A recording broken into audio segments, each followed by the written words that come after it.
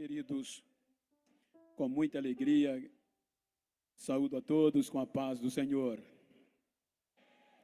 Quero ler o texto que está no meu coração para transmitir uma mensagem cristocêntrica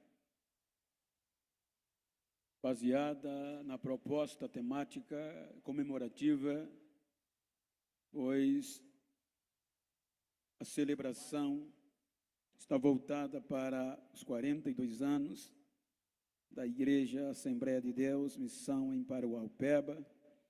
E para isso eu quero ler na carta do apóstolo Paulo aos Romanos, capítulo 8, versículo 1, onde está escrito: portanto, agora nenhuma condenação há mais para quem está em Cristo Jesus, que não anda segundo a carne, mas segundo o Espírito. Amém? Queiram tornar os vossos assentos, aqueles que assim podem, enquanto carinhosamente externo a minha gratidão a Deus, pelo privilégio a mim dado de sua parte, de voltar a esta igreja, agradecendo ao pastor Carlos, presidente, sua muito digna esposa, irmã Emiliette, como também pastor Fenelon, irmãos, que Deus abençoe em vossos nomes, extensivo a toda a diretoria, ao corpo ministerial, à igreja como um todo.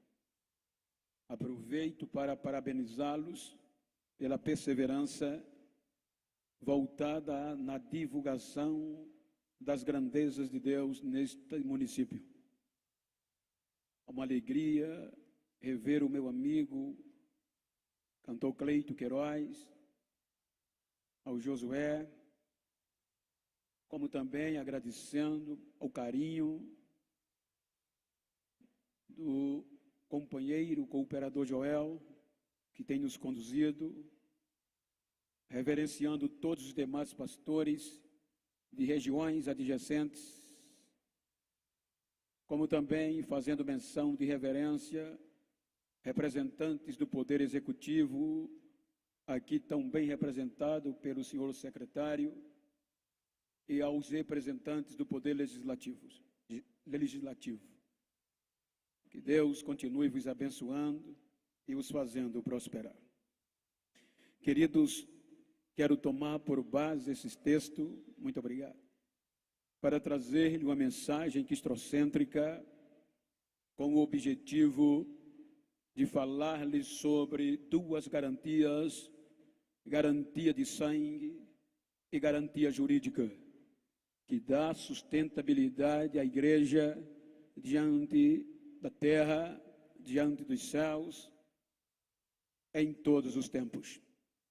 Quando nós analisamos a carta escrita pelo apóstolo Paulo à igreja em Roma, por volta dos anos 57 depois de Cristo, pois sabemos que o evangelho chega a Roma por conta da diáspora, quando no Pentecoste muitos judeus que estavam ali da parte do mundo ouviram e viram os acontecimentos, e a Bíblia diz que muitos foram alcançados pelo evangelho. A partir deste pressuposto, com o advento da perseguição, muitos voltaram para suas terras e outros, movidos pela chamada, migraram para outras regiões, inclusive a Europa, o Império. A Bíblia nos mostra, dentre as entrelinhas, que quando o Evangelho chega em Roma, a mensagem de Cristo, ela chega pelos judeus. E o Império Romano não interferia, porque o modo de culto dos judeus era em modo de sinagoga e não havia ameaça ao Império. Mas o Evangelho de Cristo em Roma vai alcançando uma classe menosprezada, chamada de escravos, uma classe escanteada, marginalizada, chamada de desprezíveis, e vai mostrando que ainda havia esperança para a vida.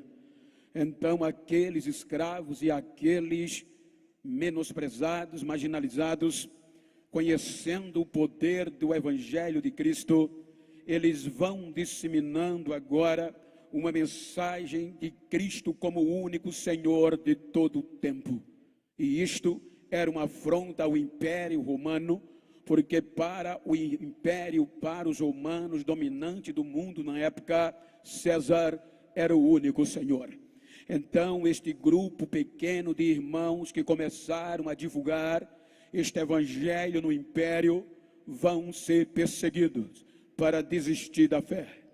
Porém, não conseguindo o Império, diz Atos capítulo 2, quando Lucas escreve que o imperador Cláudio, por volta dos anos 49, diz a história depois de Cristo, ele baixa um decreto para que os judeus deixassem Roma, porque o objetivo era, se os judeus deixassem Roma, a fé daqueles romanos gentios que haviam confessado Jesus como Senhor ia disseminar de uma forma pejorativa. Mas, pelo contrário, quando os judeus saíram de Roma, os gentios começaram mais eficaz falar de Jesus. E isso trouxe-lhes uma grande perseguição por parte do império, por parte das religiões dominantes, como também a própria pressão comportamental. E isto, com volta dos anos 57 depois de Cristo, o apóstolo aos gentios é questionado aí em Roma para esclarecer em que sustentação estava a fé e a igreja. Observem que quando Paulo escreve a carta aos Romanos, primeiro ele enaltece a fé dos gentios que permaneceram fiéis em tempos difíceis. Em segundo, ele diz o desejo de pregar este mesmo evangelho em Roma, porque ele não tinha vergonha deste evangelho. E em terceiro, ele vai dar resposta sanguínea, qualificada e jurídica da garantia da igreja. É dentro deste ponto que eu gostaria de falar-lhes sobre uma decisão definitiva. E para isso, permita-me contextualizar a Bíblia com a história antes de nós. Para entendermos, o capítulo 8 aos Romanos é uma peça jurídica, a ponto que no capítulo 6, veja por diante, que Paulo vai abordar o processo da graça e da lei. Dentro de uma peça jurídica, ele vai dar a garantia que a igreja é inseparável de Deus. Quando nós analisamos a história, observem que ele vai abordar no capítulo 8, versículo 33, a decisão final. Na decisão final, ele diz: quem intentará acusação contra os escolhidos de Deus? É Deus quem o justifica.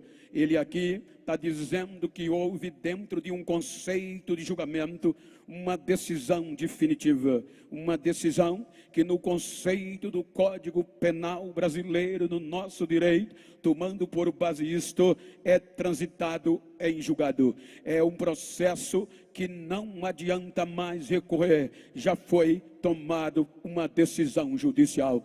Então, me permita contextualizar o processo de adoração que foi eliminado durante tempos passados. Quando nós analisamos Ezequiel capítulo 28 e Isaías capítulo 14, em síntese, percebam que já havia antes de nós um projeto chamado de adoração. Um projeto que Deus criou para interligar terra e céu. Ezequiel chama de classe angelical, ou seja, o planeta Terra era habitado por anjos, uma classe que foi criada por Deus para elevar louvores da terra aos céus. Por isso que quando esses anjos habitam na terra, só um ser chamado anjo de luz, ele tinha acesso a Deus. Ele pegava a adoração e o louvor que era produzido na terra pelos anjos e levavam ao Monte Santo de Deus. Diz alguns eruditos que diante do Monte Santo de Deus, ele abria o coração, pois ele era perfeito, e o que os anjos adoravam eram expressamente, verbalmente, do coração do anjo de luz aos ouvidos de Deus. E a frase era: tu és digno de honra, tu és digno de glória, tu és digno de louvor, tu és digno de adoração, e toda a terra está cheia da tua glória. Então todos os dias a terra produzia isso a Deus por meio dos anjos. Mas a Bíblia diz que o poder desta adoração e desta glória é tão tremenda que Ezequiel diz que o coração do anjo de luz ensoberbece, e agora ele quer tomar para si a adoração que pertence ao Criador. Ezequiel diz que como ele era o regente e ele dominava, ele vai negociar com os anjos principais acerca da adoração. Ezequiel diz que ele multiplicou o seu comércio. Isso implica dizer que ele começou a negociar o que não era dele. Quando ele atinge uma terça parte dos anjos, ele já vê couro suficiente para ser igual a Deus. Então vem Isaías 14 dizendo que agora ele não subirá mais para adorar e o coração perfeito. Isaías diz que ele põe no coração dizendo: subirei acima dos mais altos céus, acima das mais altas nuvens, acima das mais altas estrelas, e estabelecerei o meu trono e serei igual ao Altíssimo. Quando ele sobe, então Deus já estava esperando e diz: tu eras perfeito desde o dia em que foste criado, mas iniquidade foi achada em ti, e aqui tirarei a terra, humilhado e envergonhado, e todos o verão. Então Deus julga o anjo de luz sem direito ao contraditório. A terça parte dos anjos que se corromperam já entra em um julgamento sem direito ao processo legal. Então observe que dentro de um conceito jurídico e de adoração, o primeiro projeto de adoração foi ludibriado e separado de Deus. Judas capítulo 1 versículo 6, ele diz o processo jurídico. Ele diz que os anjos que não guardaram a sua morada e não guardaram o seu principado, Deus o julgou à escuridão das trevas para o grande dia do juízo final. Isso implica dizer que o grande supremo juiz já decretou um julgamento, Josué, segura mais um pouco, um julgamento sem direito ao contraditório. Observem que aqui não entra o devido processo legal. Os anjos não têm direito de defesa, são seres angelicais, não são seres humanos. Então a sentença vem e a terra é impactada e submergida pelas águas. É acima das águas as trevas predominam e o abismo faz morada. Então entre terra e céu não há mais adoração. O Espírito pairava sobre a face das águas, mas a terra estava vazia, não tinha adorador. As águas tirou a forma da terra, as pedras preciosas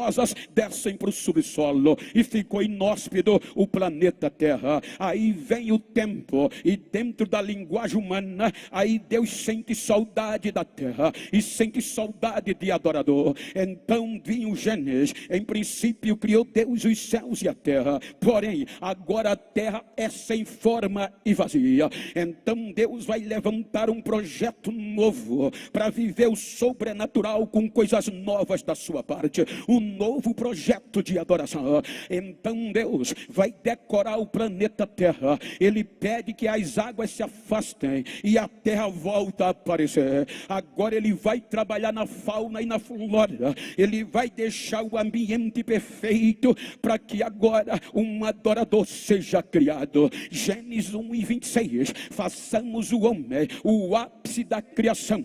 É aqui que o ser humano, diante de uma reunião, é escolhido por Deus para ser o ser único entre céu e terra, para adorar este Criador. O ser humano vai ser criado para substituir uma classe chamada angelical. Então agora Deus cria o homem como o ápice da sua criação, o único ser racional, o único ser que vai ter direito de adorar e louvar ao Criador. Então Gênesis 1:26 ele é criado. Gênesis capítulo 2 versículo 7, Deus planta um jardim, denominando-o de igreja, lugar de adoração. Ele põe o homem para habitar. Agora o ser está criado, agora tem um lugar geográfico de adoração, o Éden. E a Bíblia diz, Hebreus capítulo 2, que o homem é menor que os anjos, mas é coroado de glória. Como ele é menor que os anjos, ele não pode subir, mas a adoração dele vai ser tão perfeita, que agora é Deus que desce do trono para a terra, para ser adorado. Quando Deus entrava no Éden, eles ouviam a voz de Deus e adorava. E quando adorava, Deus voltava para o trono e a glória era perfeita, vivendo sobrenatural, acima da natureza, dominando tudo que era natural, vivendo cada dia as novidades de Deus e relacionamento íntimo entre o homem e Deus. Capítulo 3 do Gênesis, aí vem o pecado. A Bíblia diz que a serpente entra no jardim e questiona a Eva, porque acerca de um único ponto que Deus pediu de fidelidade. Todas as árvores do jardim você pode comer, exceto a árvore do conhecimento do bem e do mal, que está no meio, porque no dia que você tocar e comer, certamente morrerá. Então observe que ela vem perguntando, foi assim que Deus disse que de nenhuma árvore vocês podem comer? Aí Eva diz, não, ele disse que nós não podemos comer da tal árvore, porque no dia que comermos ou tocarmos, morreremos. Como a serpente é uma personificação do anjo caído, teologicamente falando, então agora ele vai perturbar, e ele diz, não, é porque Deus sabe que no dia que vocês tocar ou comer, vão ser iguais a ele, poder absoluto, semelhante a ele. Por quê? Porque foi o mesmo crime que ele cometeu, foi o mesmo crime que o condenou, sem direito ao contraditório. Então observe que a partir daqui entra no jardim as 7 testemunhas de Romanos 11:35, quando Paulo questiona dizendo, quem nos separará do amor de Deus? A tribulação,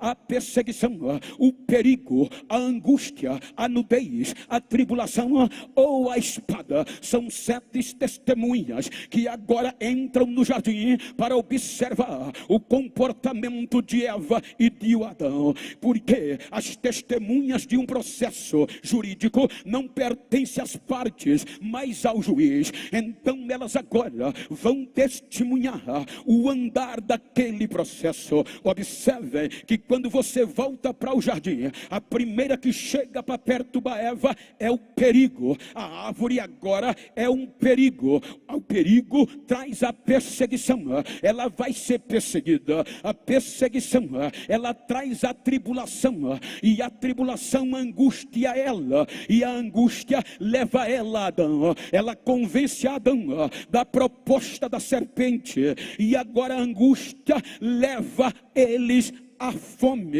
e a fome leva eles ao jardim, e o jardim estão de frente do fruto, e ela diz, a fome veio, e a fome está de olho. Quando a fome vem, o desejo vem.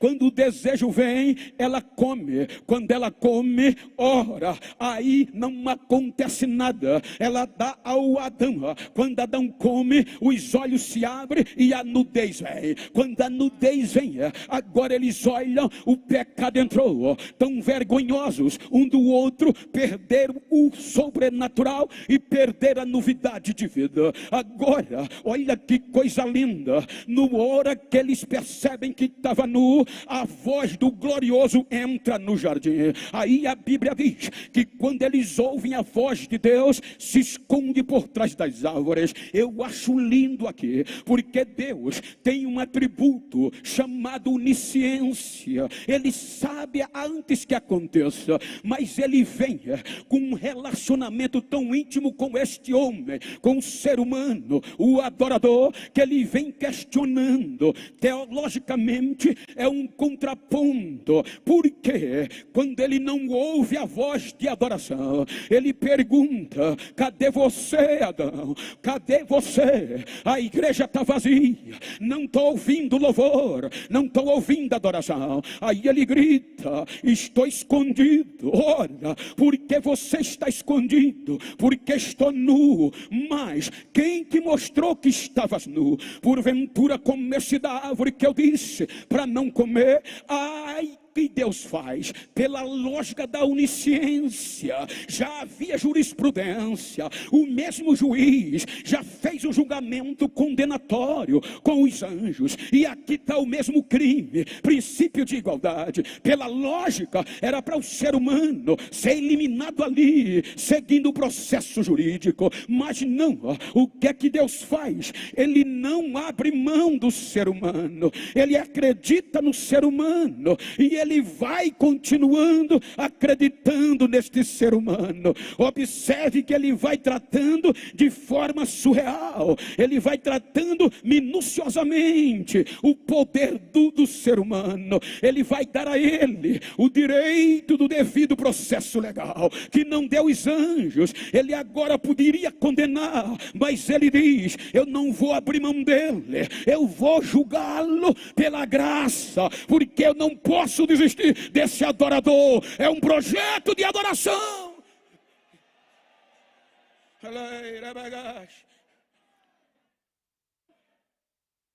Ele dá a chance ao homem de defesa, mas o homem não se defende. Transfere para a mulher transfere para a serpente. Em suma, dignos de condenação. Mas quando eles estão dignos de condenação, a graça vem. E a graça é um recurso que nós não merecíamos. A graça é um recurso vindo do Supremo. E pela graça, ele fecha a igreja, expulsa o ser humano, mas não desiste dele. Capítulo 6 do Gênesis: o pecado aumenta. Quando o pecado aumenta, então a crise aumenta, porque o pecado degradou a raça humana de forma generalizada. Agora não tem mais o que fazer. O pecado, e aí vem uma nova denúncia. E quem são os denunciantes? Pecado, morte, inferno, porque Paulo diz que pelo homem entrou o pecado, pelo pecado veio a morte, e a morte passou a todos os homens, porque todos pecaram. Então agora vem uma segunda denúncia, e o juiz aceita essa segunda denúncia contra o projeto ser humano, projeto de adoração. Aí ele desce no capítulo 6, quando ele analisa, ele aceita a denúncia e vai julgar. Me arrependi de tê-los feito, me arrependi de tê-los criado, vou dar fim, vou dar cabo. Então a sentença já está determinada. O ser humano vai ser extinto do pó da terra, vai voltar ao pó da terra, vai sucumbir, e o seu espírito vai ser jogado ao lago de fogo, preparado para a morte, o diabo e seus anjos. Já a festa, a decisão jurídica vai ser agora. Ele assina, mas quando a acusação já preparava a festa, a graça vem de novo como recurso único, e Noé acha graça aos olhos de Deus, e pela graça 8 almas são libertas, são preservadas como projeto de adoração. Capítulo 8 do Gênesis vem recomeçando. Ele traz o homem de volta e dá o direito de adorar. Encham, multiplique, proliferem, encham a terra,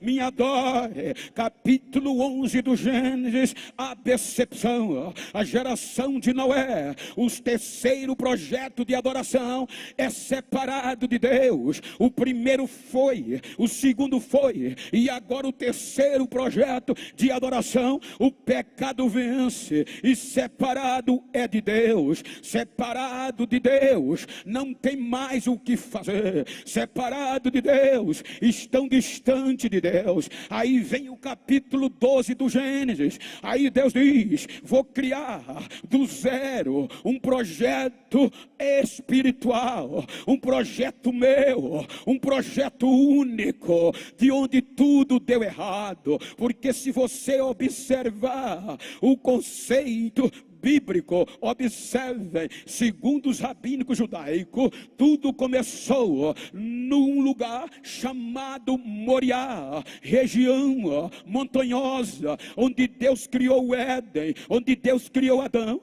Os judeus dizem que foi lá, aí lá deu errado, Adão pecou, foi lá que Deus julga a geração de Noé, deu errado, foi agora que Noé vai também pagar a sua sentença na sua geração. Capítulo 12, aí Deus diz: agora vou gerar um projeto espiritual, e este projeto espiritual vai me adorar, chamado de Israel. Olha o que é que ele faz. Ele não diz o lugar a Abraão, porque já tinha dado tudo errado lá. Aí ele diz: sai da tua terra, da tua parentela, da casa do teu pai, para uma terra que eu te mostrarei. Abraão, vou começar do zero. Como? Vou pegar um útero falido, vou pegar um útero que não tem probabilidade de gerar, e vou gerar o meu projeto de adoração. Em ti serão benditas todas as famílias da terra. O projeto é meu.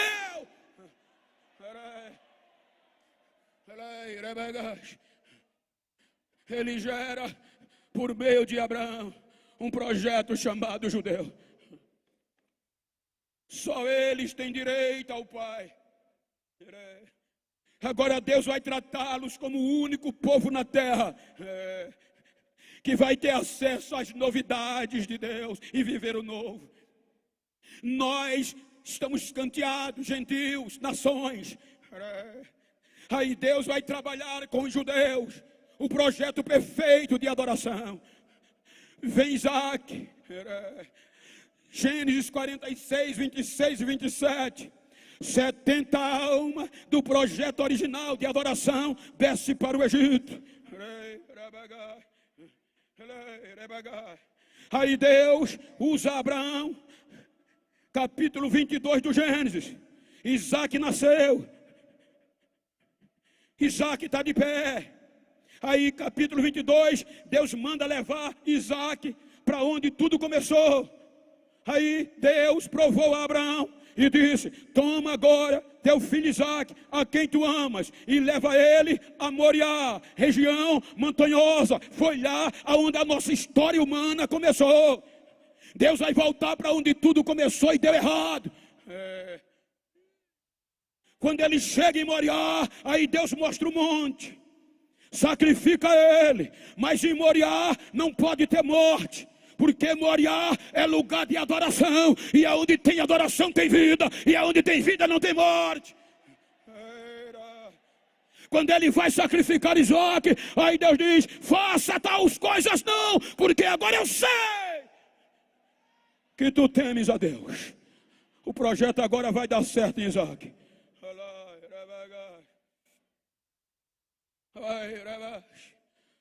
70 almas. Isaac e Jacó desce para o Egito. Saímos do Êxodo, do Gênesis para o Êxodo. São 3.600.000 pessoas como escrava do projeto original. Aí Deus diz: Moisés, tira o meu povo do Egito. Para onde? Para onde tudo começou e deu errado. Mediterrâneo, meio da terra. Observem que quando você lê Isaías 41, versículo 18 e 19, ele vai falar deste lugar: abrirei rios em cima dos montes, abrirei açude no lugar seco, plantarei no deserto a árvore de cita, a murta, o cedro e a oliveira com a faia, para que todos saibam que foi a mão do Senhor que fez isso e o criou. Oliveira é Israel. Deus disse: vou botar Israel no meio da terra, aonde tudo começou e deu errado, mas em Isaac vai dar certo. Aí Moisés pega o projeto de adoração rumo à terra prometida. Primeiros 40 anos deu errado.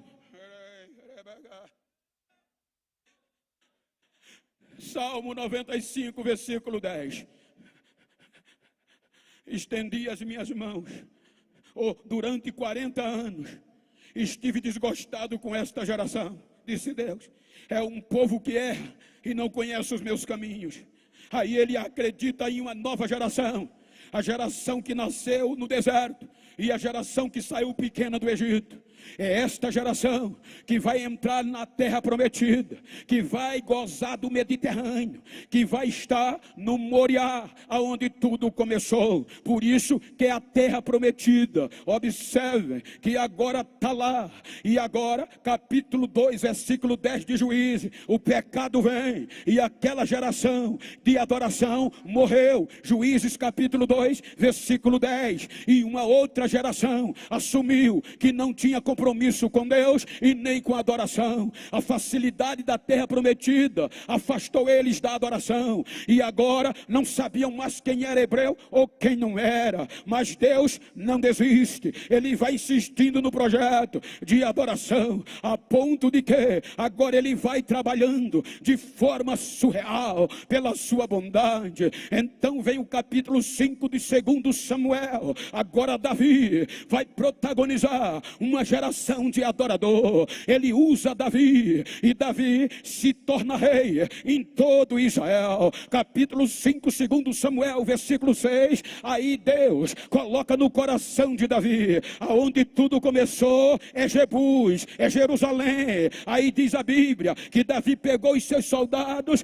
e partiu para Jebus e conquistou Jerusalém e o Moriá. Jerusalém, onde tudo começou, Jerusalém, Moriá, no pé do monte, ele faz a cidade de Davi. Aí ele diz: eu quero construir uma casa ao Senhor, para o Senhor morar na terra e ser adorado por o povo judeu. Aí Deus diz: não, você não, mas depois de ti, depois que tu morrer, segundo Samuel 7:12 por diante, eu usarei o teu filho, a tua descendência, e não vou tirar dele o meu amor. Se ele errar, eu castigo ele com vara de homem e castigo de homem, mas a minha bondade não tirarei dele, e o seu reino vai ser firmado para sempre. Aí agora morre Davi, aí vem Salomão. Quando Salomão vem, diz: vou construir uma casa para Deus ser adorado, aonde tudo começou. Aí 2 Crônicas, capítulo 3, diz que Salomão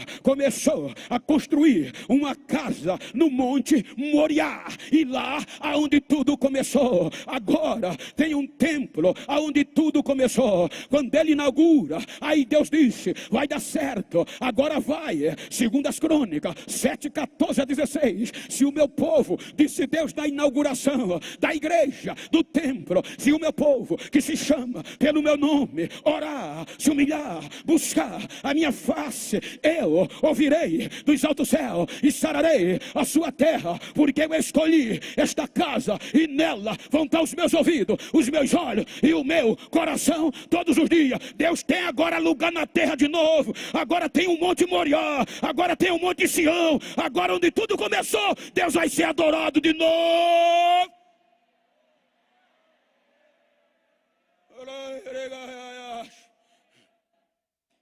Agora Deus vai ser adorado.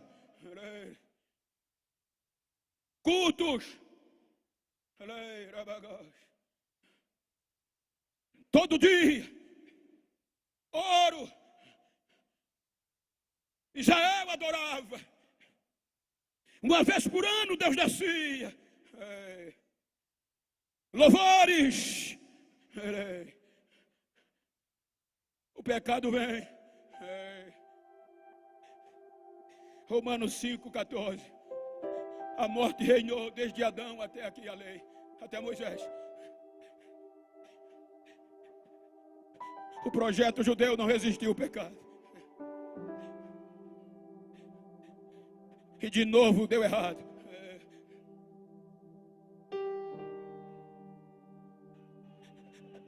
A casa de Deus é queimada pelos inimigos. O Monte Moriá é invadido e Jerusalém é destruída. E o Monte Sião, o templo é destruído. O projeto de adoração volta para a escravidão. Agora não tem mais louvor. Agora Deus não é mais adorado.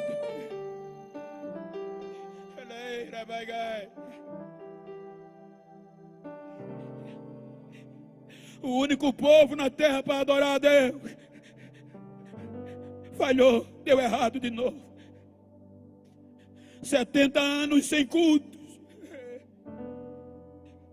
70 anos sem louvor e sem adoração, jogados como escravos.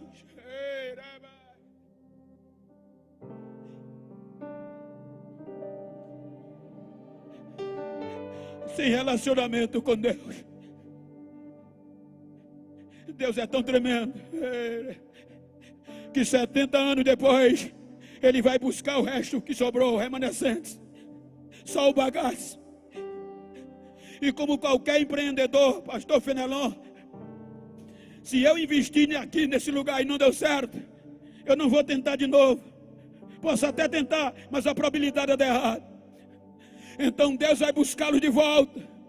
Poderia trazê-los para qualquer outro lugar, mas Ele vai trazer de volta para onde tudo deu errado e pede para eles recomeçar.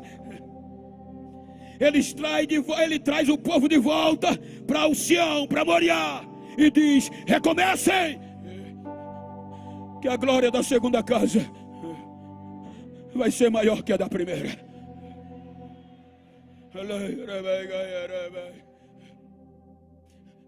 Recomeçam, mas não são mais os mesmos.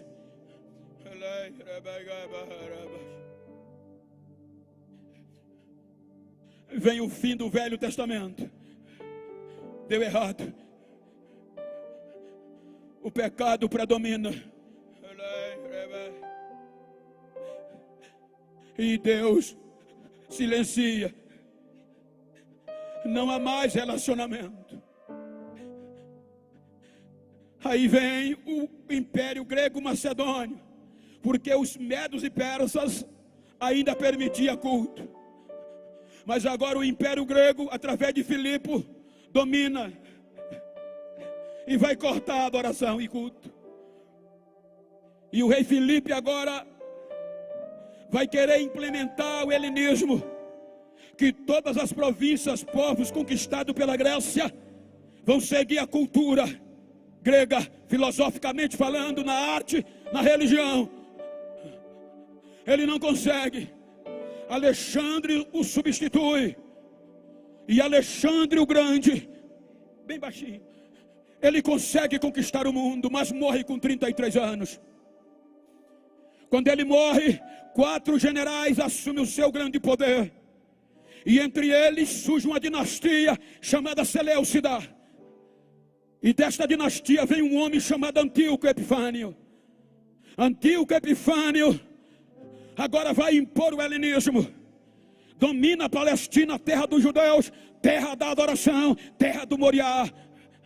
E ele determina que todos os judeus adorem o Deus da Grécia, a Zeus, o Deus do Olimpo grego. Ele vai humilhar o lugar de adoração.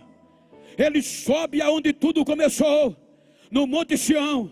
No templo ele mata uma porca, sacrifica, humilhando a Deus e os seus adoradores. 64 anos antes de Cristo, os romanos dominam os gregos macedônios. 33 anos antes de Cristo, Herodes é nomeado pelo Senado romano rei da Judéia. Quando ele vai reinar, ele não entra na graça dos judeus. Aí ele diz: só tem um jeito de eu conquistá-los, é restaurar o lugar de adoração, é restaurar o templo. Então ele restaura o templo de Zorobabel e faz um templo suntuoso. Agora os judeus têm uma casa melhor, diga-se de passagem, do que o de Salomão.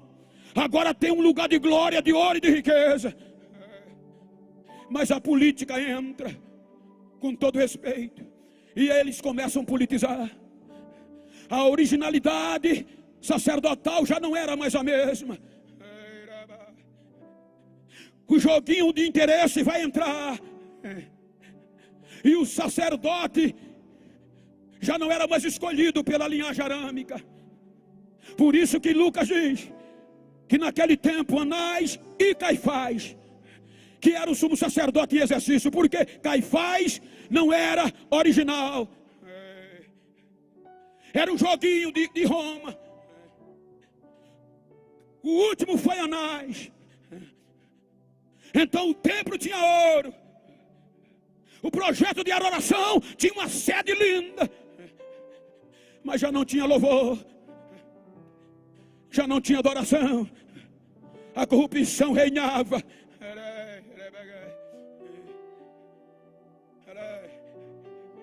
530 anos desde que voltaram do cativeiro.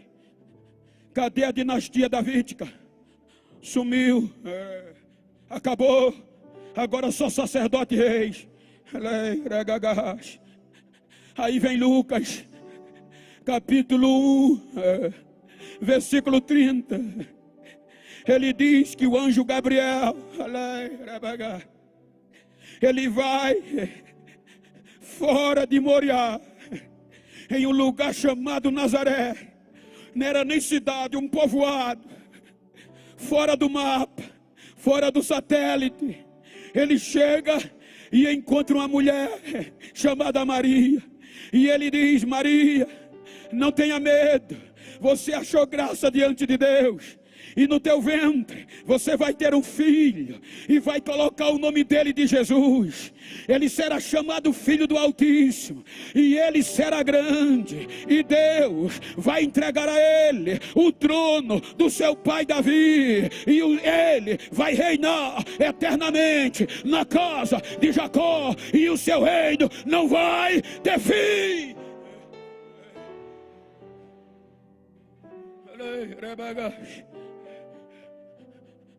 Onde é o lugar onde tudo deu errado? Moriá. Qual é o monte principal de Moriá? Sião, o lugar do templo. Capítulo 2 de Lucas. Ele nasce. Com 40 dias, Maria pega ele com José, sai de Nazaré e vai levar para onde? Para o lugar dele, para o templo, para o Monte Sião. No meio da frieza, no meio do marasmo, tinha um crente que chorava, não aceitando a falta de louvor. E ele dizia, diz Lucas: Senhor, não deixa eu morrer sem ver a tua glória voltar para cá, sem ver a adoração voltar. Aí agora Maria pega o menino com menos de 2 meses de idade e vai levar para onde tudo começou e deu errado. Quando ele entra no templo, o sumo sacerdote era Caifás. Era bom, mas não entendia nada de espiritual, não deu vazão. Mas o crente, o Espírito Santo disse a ele: vai para o culto hoje, que hoje vai ter adoração, hoje vai ter coisa nova. Quando o sacerdote não dá atenção, ele pega o menino e começa a adorar no meio do templo, gritando: Senhor, pode me matar agora, os meus olhos já viram a tua salvação, a glória de Israel e uma luz para um novo projeto. Deus já tinha dito, Isaías 43:19, Eu vou resgatar vocês, Israel. Eu vou esquecer as coisas passadas e vou fazer uma coisa nova. Aí agora Deus faz, eles rejeitam. Deus faz, eles rejeitam. Com 12 anos, Maria vem com José para a festa. Quando chega na festa, termina a festa, voltam para casa. No meio do caminho, se esquece de Jesus. Volta para Jerusalém, vão procurar 3 dias. Quando acha, ele está onde? No templo, lugar de adoração, onde tudo deu errado. Escanteia ele, rejeitam de novo.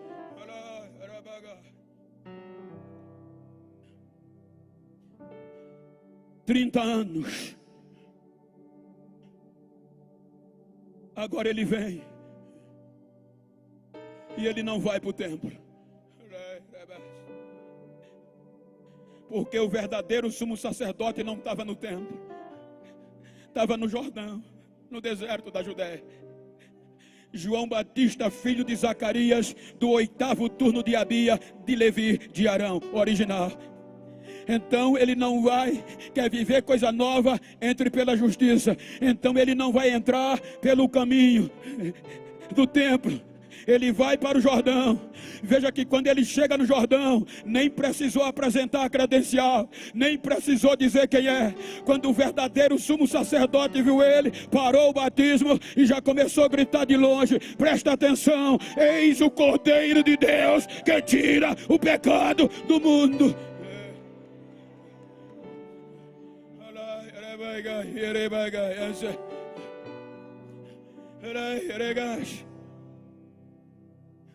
Começa o seu ministério. Reúne para começar a igreja, que vai começar a viver novidade. Israel rejeitou. Aí Deus vai usar os escravos, os zambujeiros. Aí Jesus diz a Pedro: o inferno prevaleceu até agora.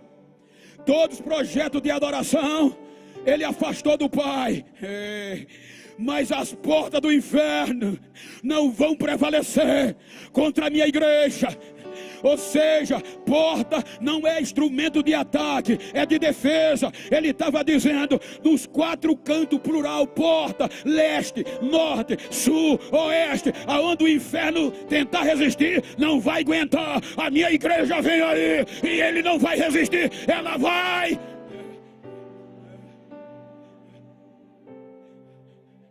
Começa com 12 analfabetos. Pregar o evangelho que ia revolucionar o mundo. O evangelho de vida. Um projeto original de adoração.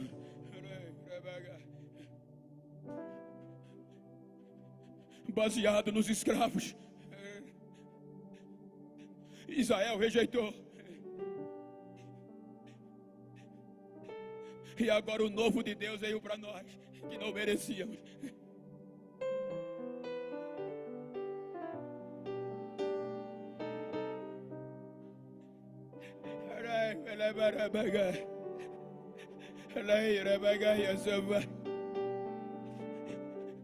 Em vez de começar de Moriá, ele começa da região sombria de morte, fronteiras entre Zebulon e Naftali.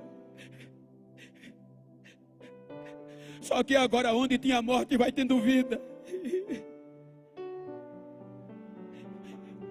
Jerusalém estava no Monte Sião, lugar de adoração, mas não adorava. Os cultos eram frios, engessados.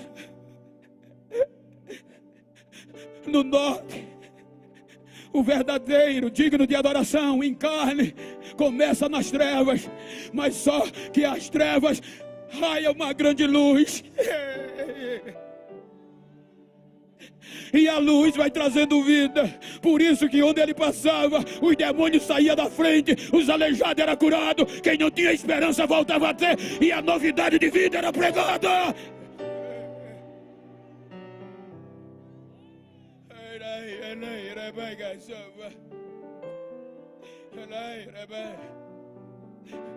99% do seu ministério aconteceu na Galileia. A maioria das vezes que ele foi para Jerusalém deu errado. A nossa história começou em Moriá. Por isso que os judeus dizem que em Jerusalém foi onde Deus criou o homem e a terra, o jardim. Eles dizem que só em Jerusalém está a santidade, está a inteligência, a sabedoria. Se você quer ser santo, Jerusalém. Quer ser sábio, Jerusalém. Muito mais longe de Jerusalém você morar, menos santo você é, menos sábio, menos acadêmico, menos inteligente.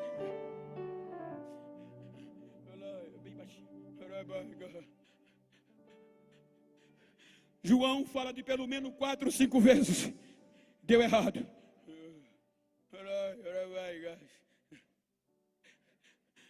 Os estudiosos dos sinópticos dizem uma vez única deu errado. A única vez que reconheceram foi a entrada triunfal, mas foi rápido. Todas as vezes deu errado. Ele reúne os discípulos e diz: a minha hora está chegando, vamos para Jerusalém. Senhor, nada deu certo lá. Toda vez que o Senhor foi lá deu errado, e estão querendo te matar. Tu vai para lá fazer o quê? Bora. Eles disseram: vamos para morrer com ele também.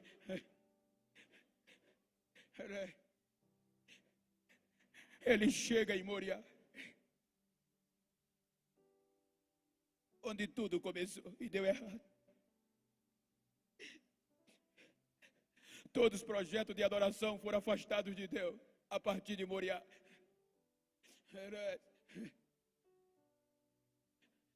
Em Moriá, ele vai passar pelo contexto jurídico.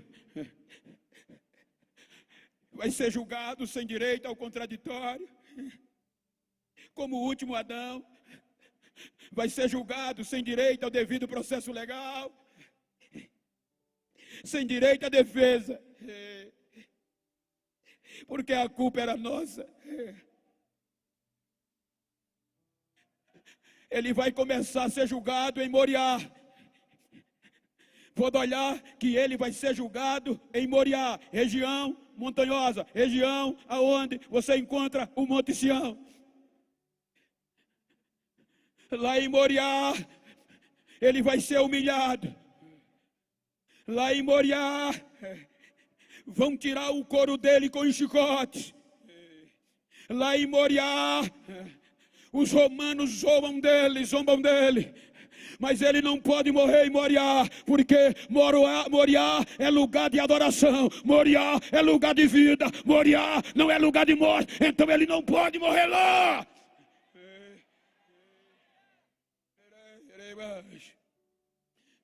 Julgado, veredito final, morte.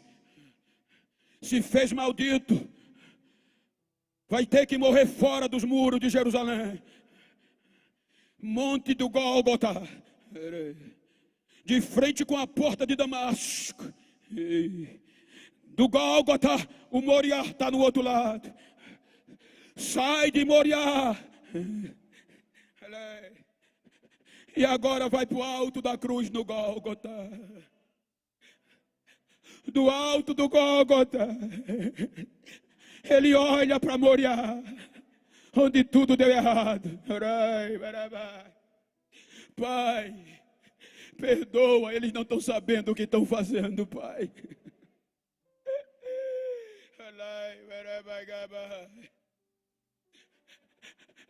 3 horas da tarde ele morre.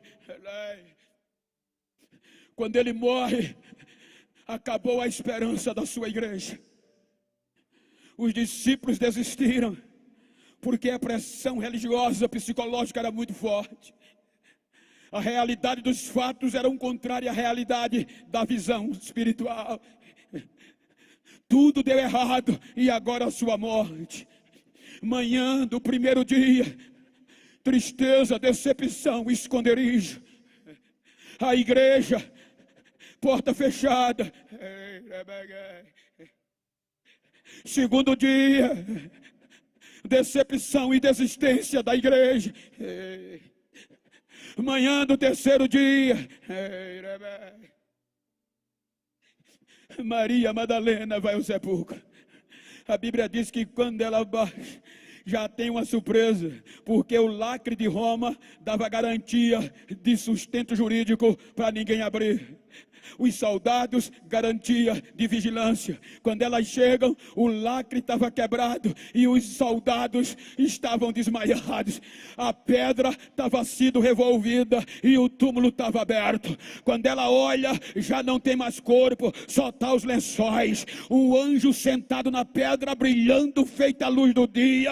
Mulheres, que estão procurando o corpo do nosso mestre? Roubaram, já não está mais aqui. Roubaram não. Vocês estão procurando ele no lugar errado. Estão procurando entre os mortos aquele que já voltou a viver. Ele não está mais aqui. Ele já ressuscitou.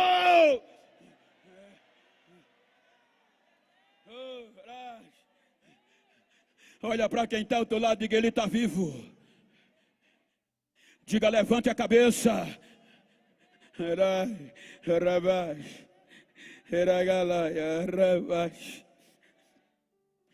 Aí ele ressuscita.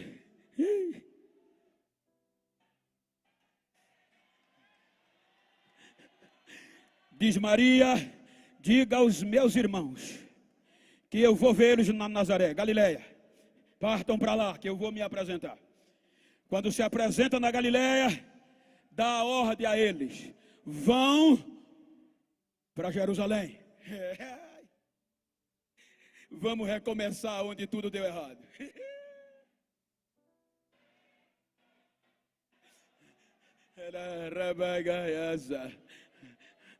Eu vou devolver a vocês o que Adão perdeu.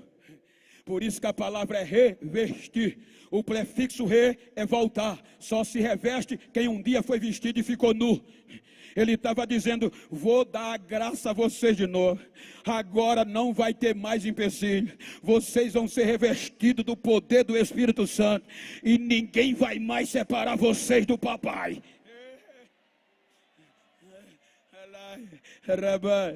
É por isso, eu não sei se há uma projeção bíblica, só para dar sentido. Atos 1 e 4.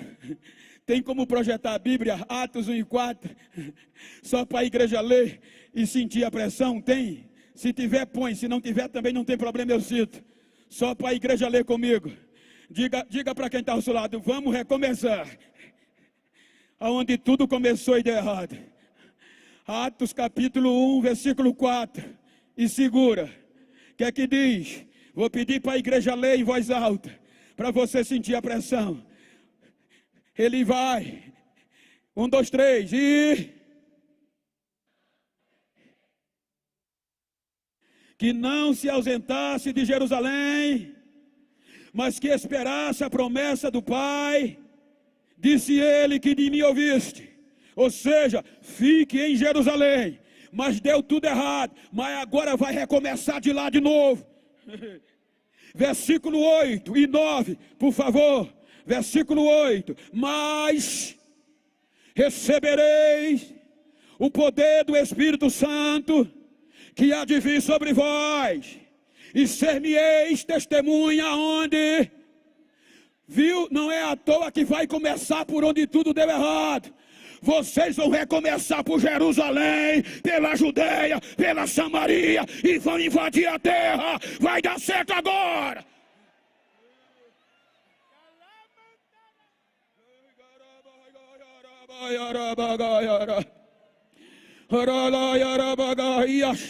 Versículo 9. Versículo 9. E quando dizia isto, vendo eles, foi levado às alturas, e uma nuvem o recebeu, ocultando os seus olhos. Aí aparece dois varões e diz: varões, porque vocês estão perplexos olhando para o céu? Este mesmo Jesus que vocês viram subir, ele vai voltar outra vez. Ele vai voltar outra vez.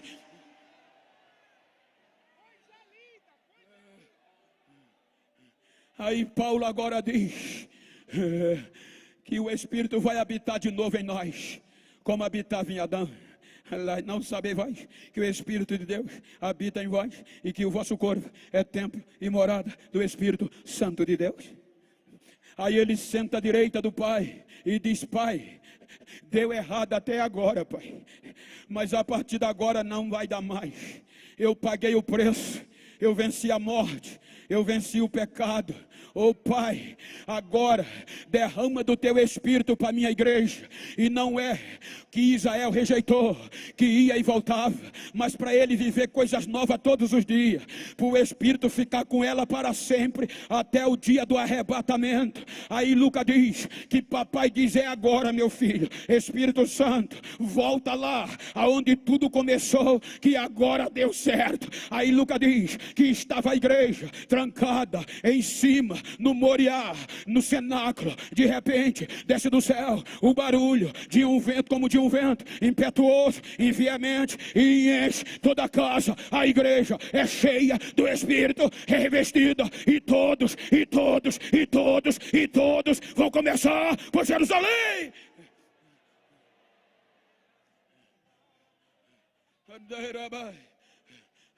Aí Paulo tira onda no julgamento.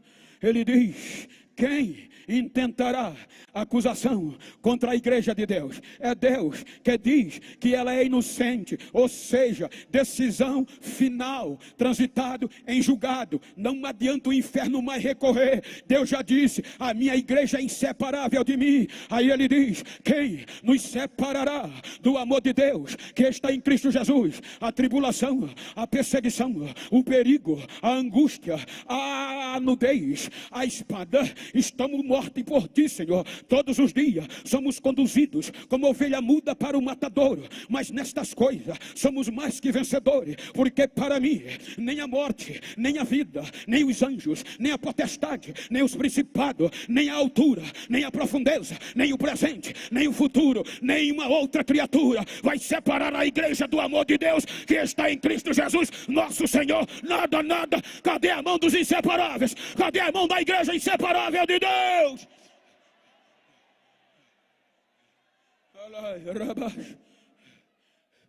Sacudiram Jerusalém, entraram pela Judéia, romperam Samaria, chegaram na Europa, colocaram o Império Romano, não parou a igreja. Colocaram a religião, não parou a igreja. Colocaram o Coliseu, não parou a igreja. Entraram na Ásia Menor, não pararam a igreja. Entrou na região grega romana, Macedônia e Acaia, não pararam a igreja. Entraram na África, não pararam a igreja. Entraram na Europa como um todo, a igreja não parou. Entraram nas Américas do Norte, não pararam a igreja. Passaram para a América do Sul, não pararam a igreja. Há 42 anos atrás, ela chega em Paraupeba, e olha ela aí. Cadê o barulho da igreja? Cadê o barulho da igreja? Inseparável.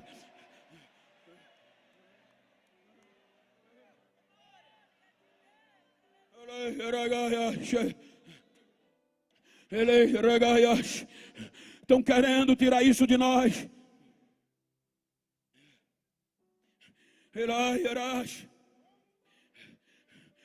Podem deixar tirar tudo, mas essa chama nunca deixem tirar de você. Se tiver que rapar a cabeça, rape. Paulo às vezes rapava a cabeça. Se quiser circuncidar, circuncida. Se quiser fazer você andar de cabeça para baixo, anda. Mas para tirar essa chama daqui de dentro, não, filho. É inegociável. Os reformados estão dizendo que nós pentecostais somos doidos. Fala línguas estranhas que só era para a igreja primitiva. Estão dizendo que nós somos uns leigos biblicamente, teologicamente. Mas nós somos não. Se ser leigo é juntar um monte de gente para ouvir a palavra e ser cheio de Deus, eu quero ser mais leigo ainda. Se ser cheio de Deus, cadê a geração, cadê a igreja que não vai deixar a chama apagar? Diga com todo o pulmão aí. Grite comigo: Pastor Carlos, Mais forte, pastor Carlos. 42 anos se foram. Se depender de mim, e Jesus não volta hoje, esta chama vai continuar acesa. O evangelho vai continuar sendo pregado. E eu vou dar lugar ao Espírito Santo, porque ninguém me separa mais desta presença.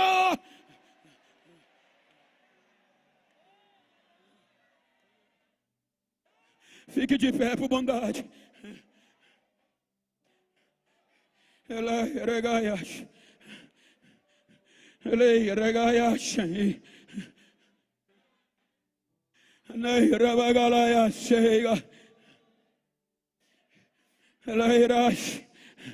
Se você puder, olha para esse crente íntimo perto de você e diga a ele, a partir desses 42 anos, mas diga com vida, diga a partir desses 42 anos, grita bem alto, para quem pensava que eu ia desistir, que pensava que eu ia baixar a guarda, dá um recado a ele, que ele vai ter que me engolir, que eu vou só pentecostal, e vou sair daqui falando mais de Jesus do que o que eu falei até hoje.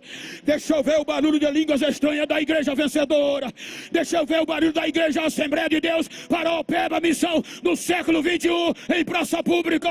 Vai, batiza agora, Espírito Santo, vai Jesus, vai, recebe variedade de língua aí, vai, recebe variedade de língua aí, vai, batiza Jesus, renova.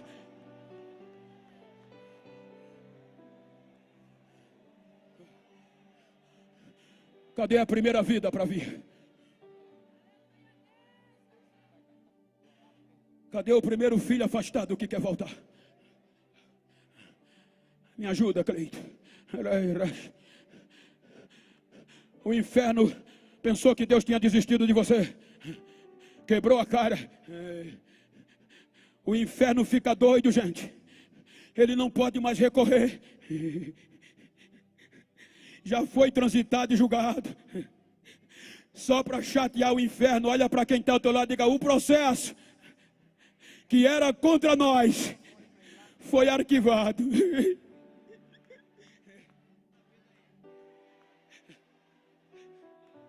A primeira vida está aqui em lágrimas, cadê a segunda? Ajuda ela aí. Volta, filho, vem, filha. A segunda vida.